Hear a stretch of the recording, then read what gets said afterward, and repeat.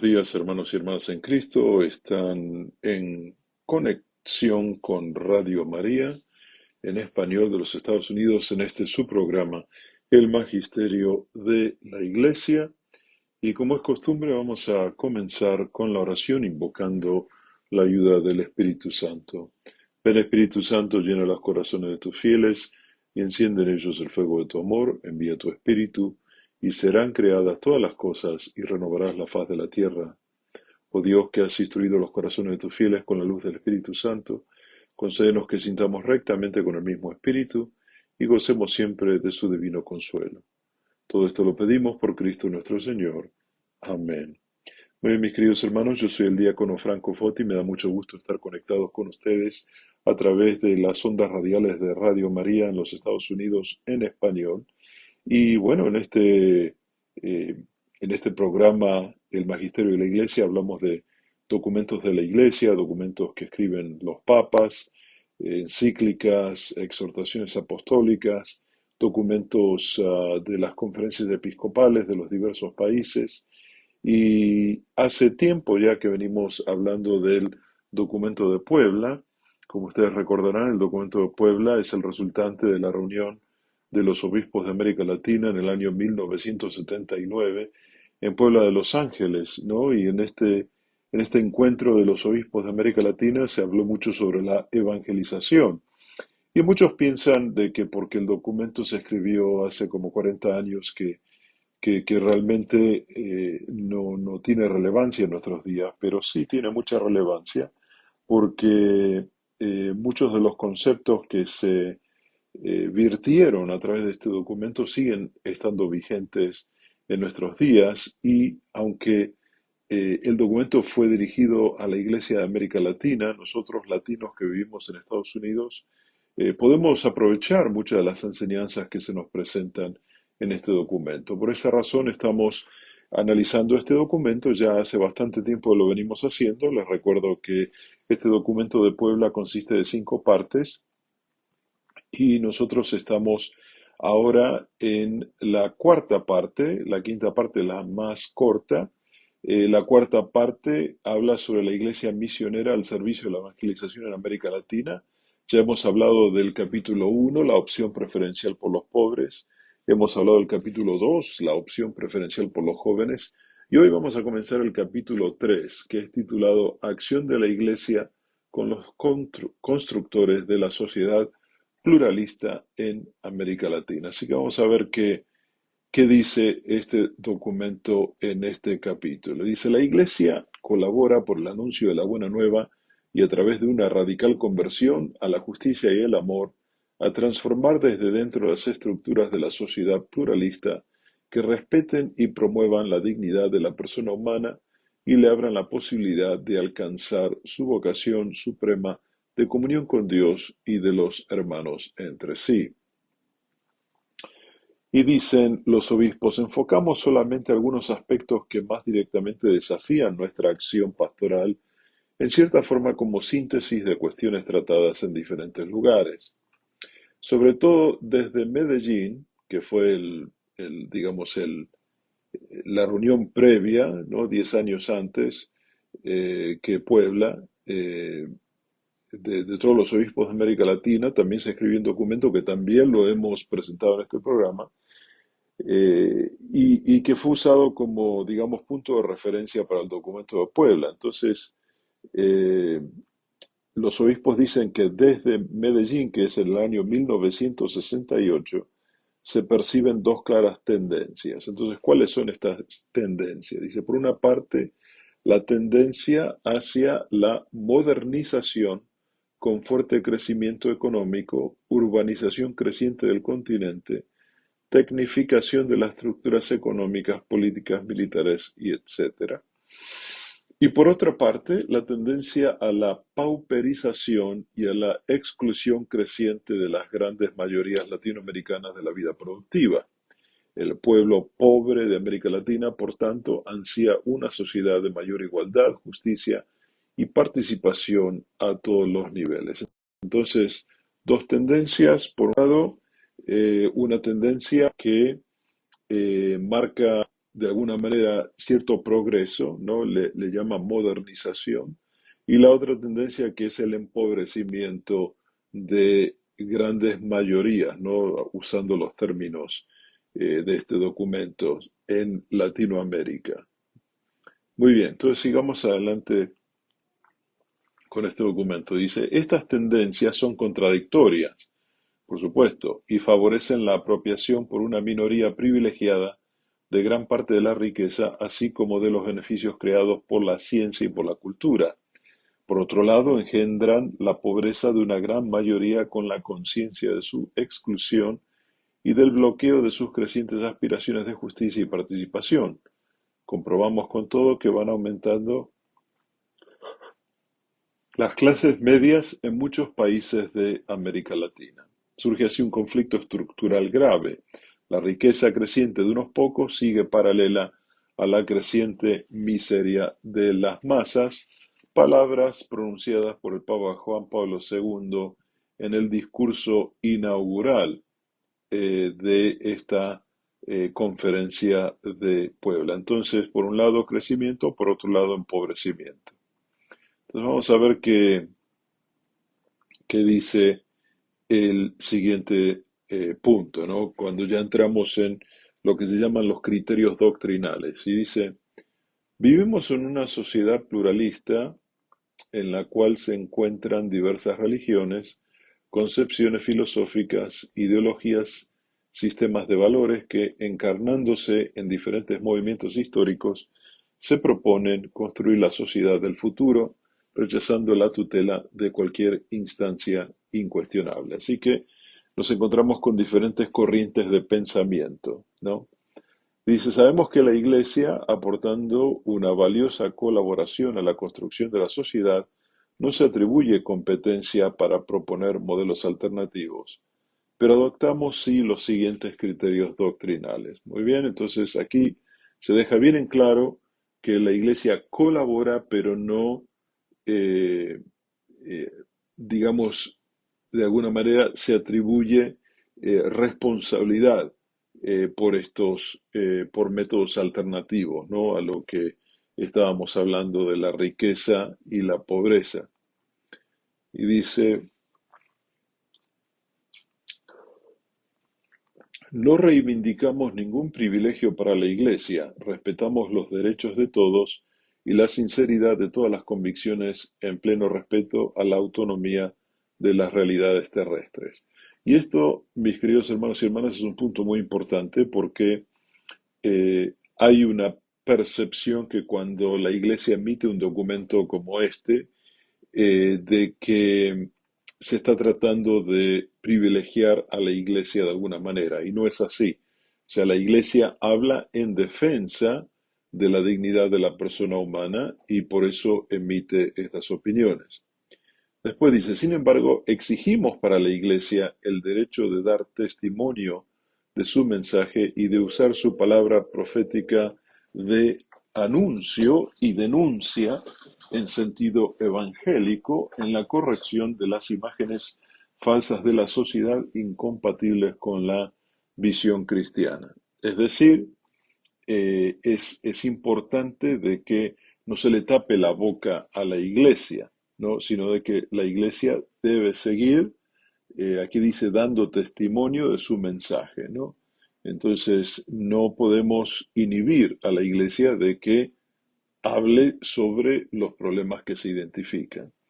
Y después dice, defendemos los derechos de los organismos intermedios dentro del principio de la subsidiariedad, incluso de los creados por la Iglesia, en colaboración con todo lo que se refiere al bien común. Entonces, aquí se deja bien en claro de que hay otros organismos que interactúan con la Iglesia que también persiguen el mismo objetivo, ¿no? Que es el respeto de la dignidad humana. Muy bien, ahora vamos a entrar en lo que los obispos llaman los criterios pastorales. Y dice, abogamos por la superación de la diferenciación entre pastoral de élites y pastoral popular.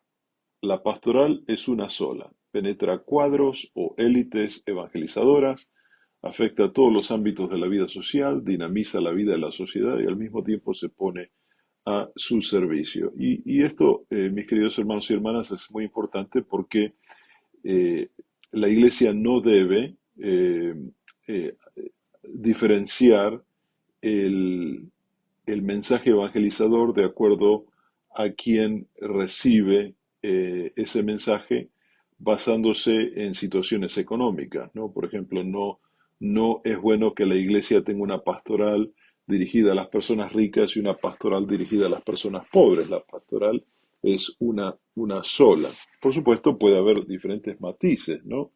Donde a la evangelización de las personas que tienen un buen pasar se les puede incluir la necesidad de que colaboren, ¿no? Con aquellos que tienen menos y por supuesto con los que tienen menos colaborar en el entendimiento de lo bueno que es eh, ser agradecido, ¿no? Con las bendiciones que reciben, ¿no? De parte de otras personas, ¿no? Muy bien, el otro punto dice la responsabilidad específica de los laicos en la construcción de la sociedad temporal, como le inculca la Evangelii Nuntiandi. Evangelii Nuntiandi es un documento que escribió Pablo VI, ¿no? Que se traduciría como anunciando el Evangelio. Y en este caso, los obispos, en este documento de Puebla, eh, quieren resaltar la participación del laico en lo que se refiere a esta construcción de esta sociedad que todos anhelamos tener. Después dice, abogamos por la preocupación preferencial en defender y promover los derechos de los pobres, los marginados y los oprimidos, ¿no? Resaltar a los que tienen dificultades, a los que tienen menos, a los que son rechazados. Y después la preocupación preferencial por los jóvenes de parte de la Iglesia que ve en ellos una fuerza transformadora de la sociedad. Estos dos últimos puntos, por supuesto, se resaltaron en el capítulo anterior, ¿no? La eh, preferencia por los pobres y los jóvenes. El siguiente punto dice la responsabilidad insustituible de la mujer, cuya colaboración es indispensable para la humanización de los proyectos o procesos transformadores como garantía de que el amor es una dimensión de la vida y el cambio, y porque su perspectiva es insustituible para la representación completa de las necesidades y esperanzas del pueblo. Entonces, ¿qué podemos hacer al respecto de esto? Muy bien, es importante de que la mujer tenga ese rol que, como dice aquí este documento, es insustituible, ¿verdad? Lamentablemente a través de los años, dentro de la iglesia no le hemos dado a la mujer el,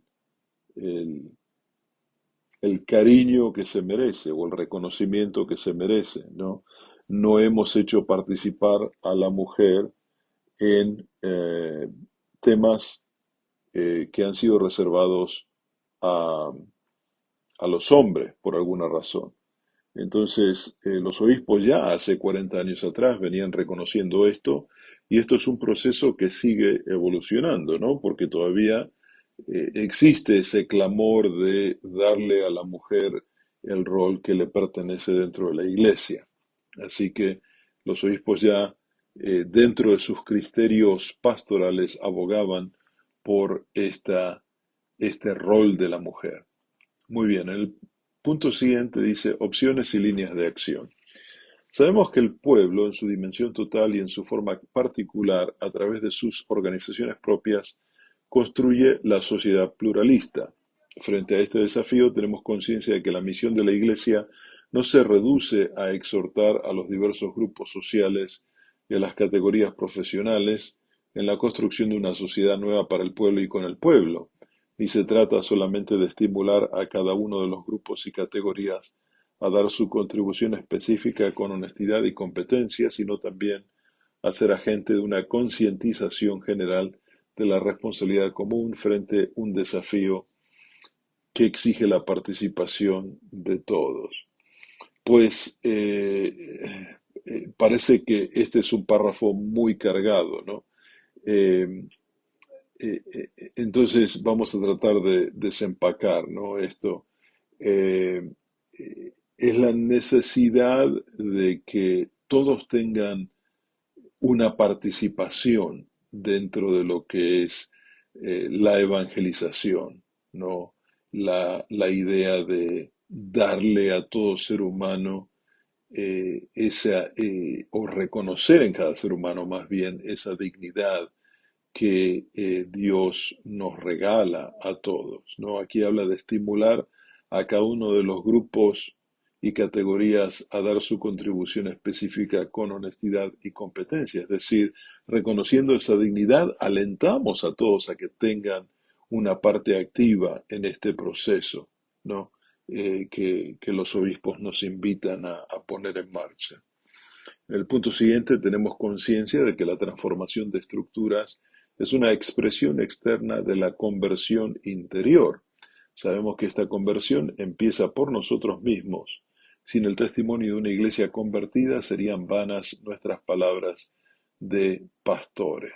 ¿Ok? Entonces, aquí los obispos afirman que la conversión es un proceso que, bueno, desde mi humilde punto de vista, uno vive constantemente en conversión, ¿verdad? Entonces, tenemos que ir aprendiendo, ¿no? De estos procesos por los cuales pasamos que nos ayudan a corregir situaciones en las cuales tal vez nos involucramos y nos impulsan a ser mejores personas, ¿no? El próximo punto dice, asumimos la necesidad de una pastoral orgánica en la Iglesia como unidad dinamizadora para su eficacia permanente que comprenda, entre otras cosas, principios orientadores, objetivos, opciones, estrategias, iniciativas prácticas, etcétera. Entonces, todo esto son elementos que tienen que ser parte de una pastoral de la Iglesia.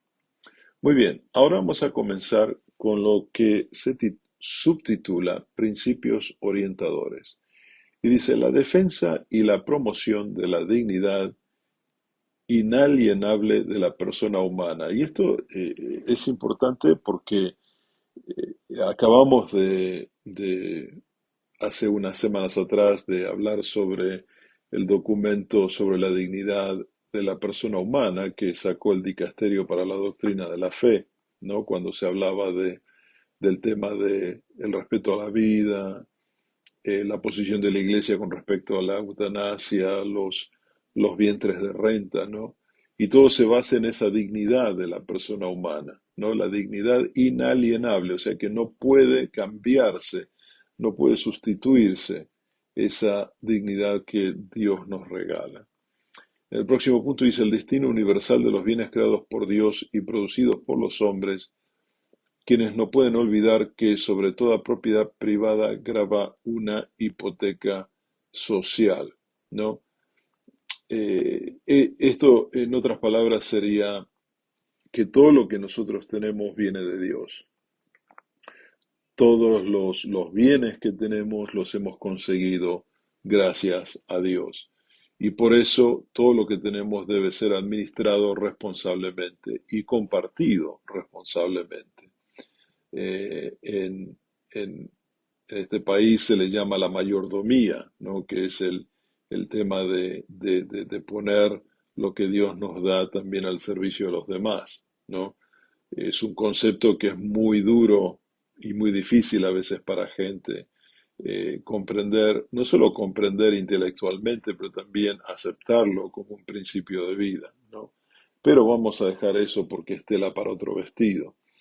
Dice el punto siguiente, el recurso a la fuente de la fuerza divina de la oración asidua, la meditación de la palabra de Dios que cuestiona siempre y la participación eucarística de los constructores de la sociedad, quienes con sus enormes responsabilidades se hallan rodeados de tentaciones que los llevan a encerrarse en el ámbito de las realidades terrenas sin apertura a las exigencias del Evangelio. Entonces, aquí los obispos nos recuerdan, ¿no?, de la necesidad de la frecuente oración, del contacto con la palabra de Dios, de la frecuencia en la comunión, son todos pilares donde se nos apoya toda esta labor evangelizadora que se nos encomienda. Muy bien, el próximo punto dice, la comunidad cristiana conducida por el obispo ha de establecer el puente de contacto y diálogo con los constructores de la sociedad temporal a fin de iluminarlos con la visión cristiana, estimularlos con gestos significativos y acompañarlos con actuaciones eficaces. Así que la recomendación es estar en sintonía con el obispo que nos guía por este camino de evangelización.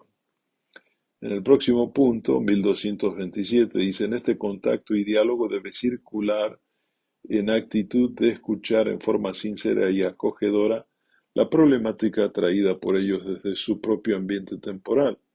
Así podremos encontrar los criterios, las normas y los caminos por los cuales profundizar y actualizar la enseñanza social de la Iglesia, en el sentido de la elaboración de una ética social capaz de formular las respuestas cristianas a los grandes problemas de la cultura contemporánea.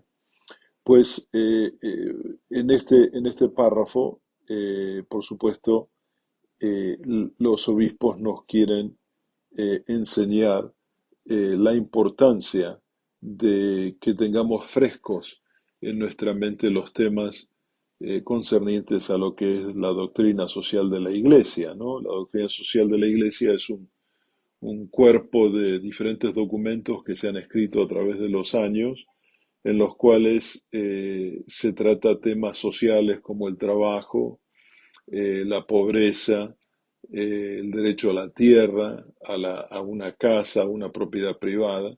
Entonces, todo esto conforma lo que se llama la doctrina social de la Iglesia y, por supuesto, en un proceso evangelizador tenemos que tener presente en nuestra mente los conceptos que forman parte de esta doctrina social de la Iglesia. Y bueno, uno de los temas es la dignidad del ser humano. Digamos, tal vez el tema número uno de lo que se refiere la doctrina social de la Iglesia. Entonces, los obispos de Puebla nos invitan a tener este contacto y diálogo. Y dice que el diálogo debe ser circular, es decir, no es de que el obispo nos dicta a nosotros qué es lo que debemos hacer, sino de que debe haber un retorno hacia el obispo, ¿verdad? O sea, el obispo tiene que estar en comunicación y en comunión con su pueblo para que todos juntos, adoptando los conceptos de la doctrina social de la Iglesia, podamos llevar el mensaje de evangelización a todos los rincones del mundo. En el punto siguiente dice, este diálogo requiere iniciativas que permitan el encuentro y la relación estrecha con todos los que colaboran en la construcción de la sociedad, de tal manera que descubran su complementariedad y convergencia. Por lo mismo, en esta acción hay que trabajar prioritariamente con los que tienen poder decisorio. Esto no excluye el reconocimiento del valor constructivo de tensiones sociales. Muy bien, y en este punto, por supuesto, eh, estamos exhortados a trabajar en colaboración, no en contra de los que piensan diferente a nosotros, pero en colaboración con todos los miembros de la sociedad para poder llevar adelante este proceso de evangelización, prestando atención a los pobres, a los jóvenes, a los destituidos, a los que por alguna razón u otra tienen menos. Muy bien. Vamos a comenzar ahora el subtítulo Objetivos, opciones y estrategias. Y los obispos dicen, formar en los distintos sectores pastorales personas capaces de ejercer en ellos un liderazgo como fermento evangelizador. Elaborar con personas de cada sector normas de conducta cristiana que constituyan objeto de reflexión y aplicación y que sean sometidas a una permanente revisión. Bueno, son diferentes sugerencias que se presentan en este documento. Entonces, elaborar con personas de cada sector normas de conducta cristiana que constituyan objeto de reflexión y aplicación y que sean sometidas a una permanente revisión. Es decir, adaptándose, ¿no?, a las necesidades de la gente. Después dice, promover encuentros que reúnan personas de sectores pastorales diversos para confrontar sus experiencias y para la convergencia de su acción, es decir, promover el diálogo entre personas que eh, viven en diferentes, eh, aquí se llama sectores pastorales, ¿no? Por eso, el diálogo, muy importante. El próximo punto dice estimular la elaboración de alternativas viables para la acción evangelizadora tendientes a la renovación cristiana de las estructuras sociales, ¿no? No encerrarse en planes antiguos, ¿no?, sino abrirse a diferentes alternativas. El próximo punto, promover la formación de sacerdotes y diáconos especializados y los nuevos ministerios confiados a los laicos que se adapten a las necesidades pastorales de cada sector. Y esto es un punto importantísimo, mis queridos hermanos y hermanas en Cristo, porque realmente se requiere, ¿no?, que todos los miembros del cuerpo místico de Cristo, sean laicos o sean miembros ordenados, que apunten en la misma dirección y que desarrollen formación en este tema. Los obispos continúan diciendo desarrollar movimientos especializados que reúnan los elementos disponibles para la evangelización del propio ambiente, saber valorar los medios pobres, humildes, populares e incluso artesanales para comunicar el mensaje y preservar los recursos naturales creados por Dios para todos los hombres, a fin de transmitirlos como herencia enriquecedora a las generaciones futuras. Entonces, tres puntos cortos, pero que apuntan a darle cuerpo a ese diálogo al que nos referíamos anteriormente, ese diálogo circular, donde se tengan en cuenta a todos los que están en ese círculo, ¿no?, a todos los que están siendo parte de este esfuerzo. Por eso es importante tener eh, esa inclinación por abrir nuestros oídos y nuestro corazón a aquellos quienes son pobres, humildes, aquellos que eh, tal vez tienen un trabajo manual, o aquellos bueno, que no tienen un trabajo manual, pero que también son parte de lo que llamamos, ¿no?, el cuerpo de Cristo, el cuerpo místico de Cristo, y asegurarnos de que en efecto haya un diálogo que enriquezca no solo a la generación presente, sino a las generaciones futuras también. Muy bien, mis queridos hermanos y hermanas, vamos a ir a una pausa y vamos a regresar muy pronto con este su programa, El Magisterio de la Iglesia. Por favor, permanezcan en sintonía. Gracias.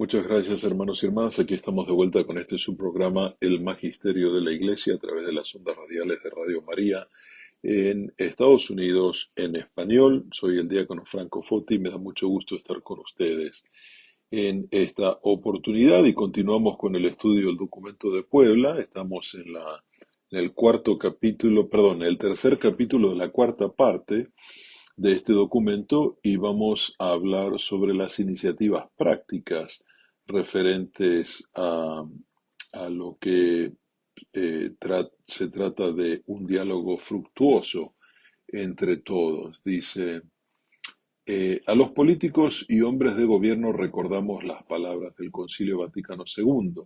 Solo Dios es la fuente de su autoridad y el fundamento de sus leyes,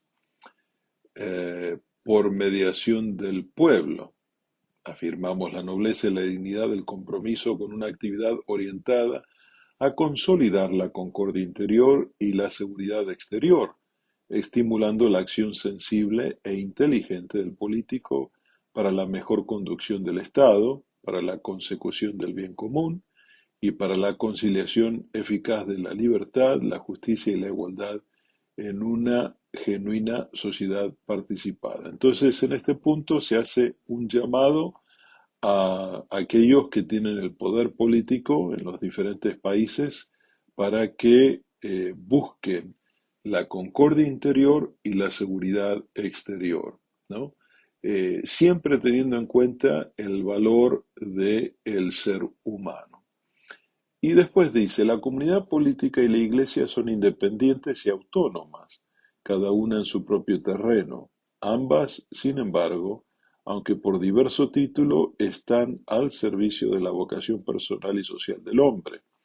Este servicio lo realizarán con tanta mayor eficacia para bien de todos cuanto mejor cultiven ambas entre sí una sana cooperación habida cuenta de las circunstancias del lugar y tiempo. Entonces, aquí los obispos reafirman un concepto bueno, que ya tiene mucho tiempo, en que los gobiernos, o vamos a decir, el Estado en general es separado de la Iglesia. Son dos entidades totalmente autónomas e independientes, ¿no?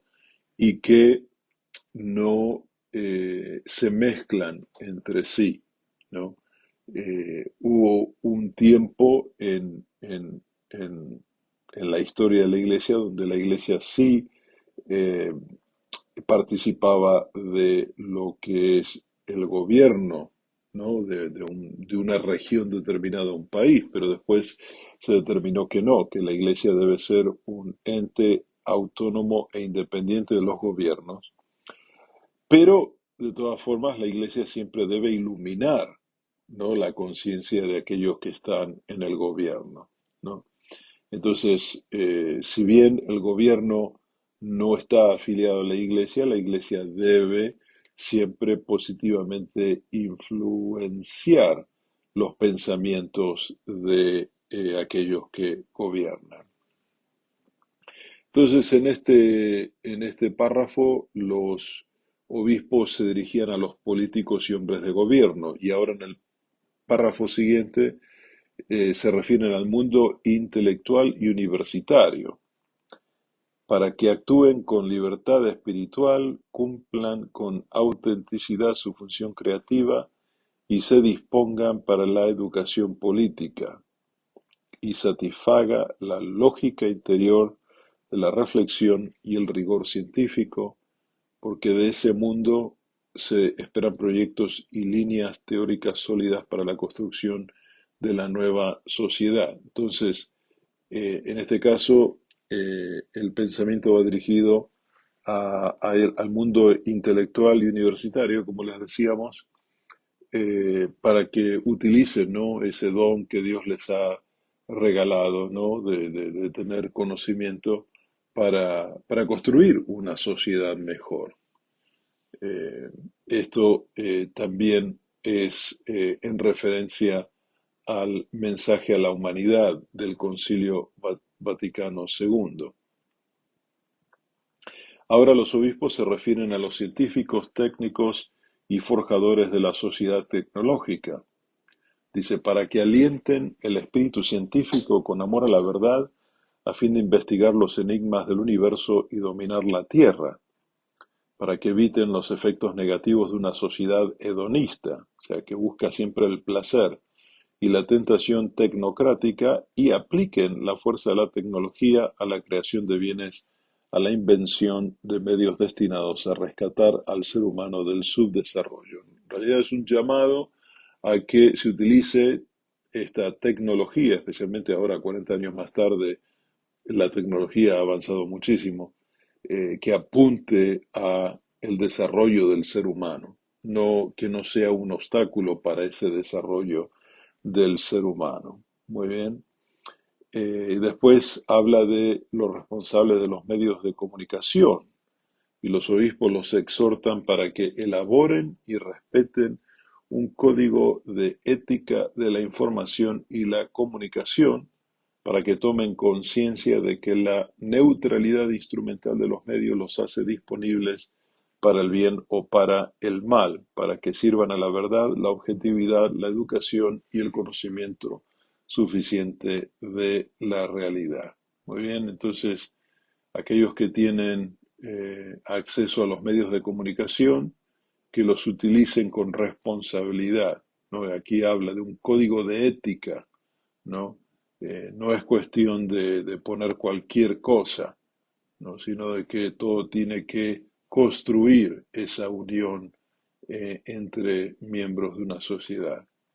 También los obispos exhortan a los creadores en el arte para que intuyan los rumbos del ser humano, presientan e interpreten sus crisis, abran la dimensión estética de la vida humana y contribuyan a la personalización del hombre concreto. Entonces, un llamado para que también los artistas, ¿no? Den lo mejor de sí para la sociedad. El próximo punto se dirige a los juristas, ¿no? A los que se dedican a las leyes, ¿no? Para que reivindiquen el valor de la ley en la relación entre gobernantes y gobernados y para una disciplina de una sociedad justa. También a los obreros. Y dice, en el mundo que se urbaniza e industrializa, crece el papel de los obreros como principales artífices de las prodigiosas transformaciones que el mundo conoce hoy. Para esto deben comprometer su experiencia en la búsqueda de nuevas ideas, renovarse a sí mismos y contribuir de manera aún más decidida a construir la América Latina de mañana. Y por supuesto, esto va dirigido a todos nosotros, aunque no vivamos en América Latina. A los campesinos, dice, ustedes son la fuerza dinamizadora en la construcción de una sociedad más participada. Abogando por ustedes, el Santo Padre dirigió estas palabras a los gestores de poder. Por parte suya, responsables de los pueblos, clases poderosas que tienen a veces improductivas las tierras que esconden el pan que a tantas familias falta, la conciencia humana, la conciencia de los pueblos, el grito del desvalido y sobre todo la voz de Dios, la voz de la Iglesia les repite conmigo, no es justo, no es humano, no es cristiano continuar con ciertas situaciones claramente injustas. Entonces, el llamado a la defensa, ¿no? De los que trabajan la tierra, especialmente a los que ostentan el poder, los que crean políticas para que siempre tengan en cuenta a los campesinos, a los que trabajan la tierra. Después, los obispos le hablan a la sociedad económica para que los economistas contribuyan con un pensamiento creativo a dar respuestas prontas a las demandas fundamentales del ser humano y de la sociedad. También los obispos se dirigen a los militares y se les recordamos con Medellín que tienen la misión de garantizar las libertades políticas de los ciudadanos en lugar de ponerles obstáculos. Y esto es un mensaje que fue enviado muy claramente porque obviamente hace más de 40 años atrás en América Latina, en muchos de nuestros países, el poder militar se dedicaba a gobernar también y muchas de las libertades de las que gozaban los ciudadanos se vieron de alguna manera entorpecidas, ¿no? Por las políticas de los gobiernos militares, ¿no? Que por alguna razón u otra llegan al poder después eh, de haber disturbios a nivel social, ¿no? No vamos a entrar si era justificado o no, pero Por supuesto, los gobiernos militares eran gobiernos eh, que promovían la eliminación de ciertas libertades para poder gobernar, ¿no? Pero bueno, no vamos a entrar de si tenían razón o no. Eso merecería otro problema, otro programa. Después habla a los funcionarios, ¿no? A los que trabajan para el gobierno, para que tomen esa actitud de servicio. Y al fin, los obispos se dirigen a todos, a que contribuyan al funcionamiento normal de la sociedad, a los profesionales liberales, a los comerciantes, para que asuman su misión en espíritu de servicio al pueblo, que de ellos espera la defensa de su vida, de sus derechos y de la promoción de su bienestar. Y así es de que este capítulo cuarto concluye exhortando a que los cambios sean rápidos y profundos y que estén al servicio de todos. Los obispos proponen para eso la movilización de todos los seres humanos de buena voluntad que se unan con nuevas esperanzas en esa inmensa tarea. Con nuestros hermanos que profesan una misma fe en Cristo, aunque no pertenezcan a la Iglesia Católica, esperamos unir los esfuerzos, ¿no? O sea, han llamado a otras religiones que no son católicas, pero que creen en Jesucristo. Y después dice a los hijos de la Iglesia que se empeñan en puestos de avanzada, queremos transmitirle nuestra confianza en su acción, haciendo de ellos nuestros mensajeros de nuevas esperanzas. Así que con esto damos por concluido el capítulo tercero de esta cuarta parte del documento de Puebla. La semana que viene vamos a comenzar con el capítulo cuarto, titulado Acción de la Iglesia por la persona en la sociedad nacional e internacional. Así que vamos eh, a dejar este capítulo 4 para el programa de la próxima semana y ahora vamos a despedirnos de todos ustedes agradeciéndoles por habernos acompañado durante esta hora de emisión. Y vamos a rezar como siempre, invocando la protección de San Miguel Arcángel.